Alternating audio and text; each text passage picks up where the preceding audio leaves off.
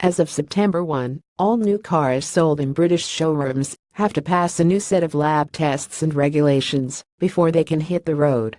The new Worldwide Harmonized Light Vehicles Test Procedure (WLTP) and Real Driving Emissions (RDE) tests aim to reduce the emissions of NOx and other pollutants harmful to the environment.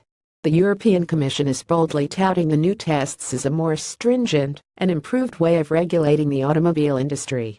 According to Elżbieta Biedkowska, Commissioner for Internal Market, Industry, Entrepreneurship and SMEs, moving towards zero-emission vehicles is crucial for public health and environmental safety. That is why having new and more reliable tests for new cars is essential, she said. And for cars already on the road, member states must do their job, enforce the law and take additional steps, together with all stakeholders, to bring down emissions of the existing fleet. But the big question now is, how are the regulations going to impact the average British driver? Terry Hogan, CEO of Regit, told Express.co.uk that drivers could now face having to dish out a premium when purchasing new cars. New vehicles sold in the UK need to pass new standard emission tests set by the European Union. Hogan said consumers will see savings in the long term, with lower running costs, as the new legislation forces the purchase of electric vehicles over petrol and diesel. Consumers will have to pay a price premium over current diesel and petrol cars, typically between £2k and £5k per vehicle. Terry Hogan, CEO of Regit, but there will be heavy costs to be footed by someone, government or public, to build the infrastructure. UK homes need to supply the high voltage needed to charge these vehicles quickly. The cost to manufacturers is significant, with hybrid and electric powertrains more expensive to produce, which will mean consumers will have to pay a price premium over current diesel and petrol cars, typically between £2k and £5k per vehicle, which isn't affordable for many households. Mr. Hogan went on to say that even with Britain set to leave the EU in the near future, the new regulations could be here to stay.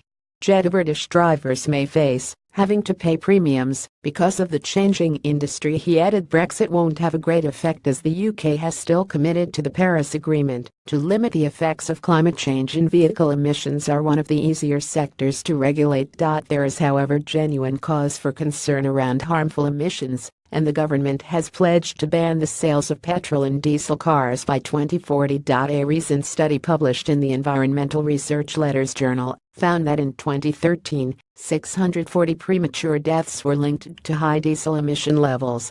The same study found that, if diesel limits were respected, the deaths would have halved, and if emissions went down to petrol levels, the figure would further drop to 110. Poor air quality is the largest environmental risk to public health in the UK, a May 2017 government report on tackling air pollution said. That is why the UK has adopted tougher, legally binding ceilings for emissions of air pollutants for 2020 and 2030. February 6, 2017. Following the September 2015 Volkswagen emissions scandal, the European Union has been committed to pursuing lower emissions across the board. Jyrki Katainen, the EU's Vice President for Jobs, Growth, Investment, and Competitiveness, said the new emissions tests are a milestone in our ongoing work for cleaner and more sustainable cars over the coming years. But more remains to be done.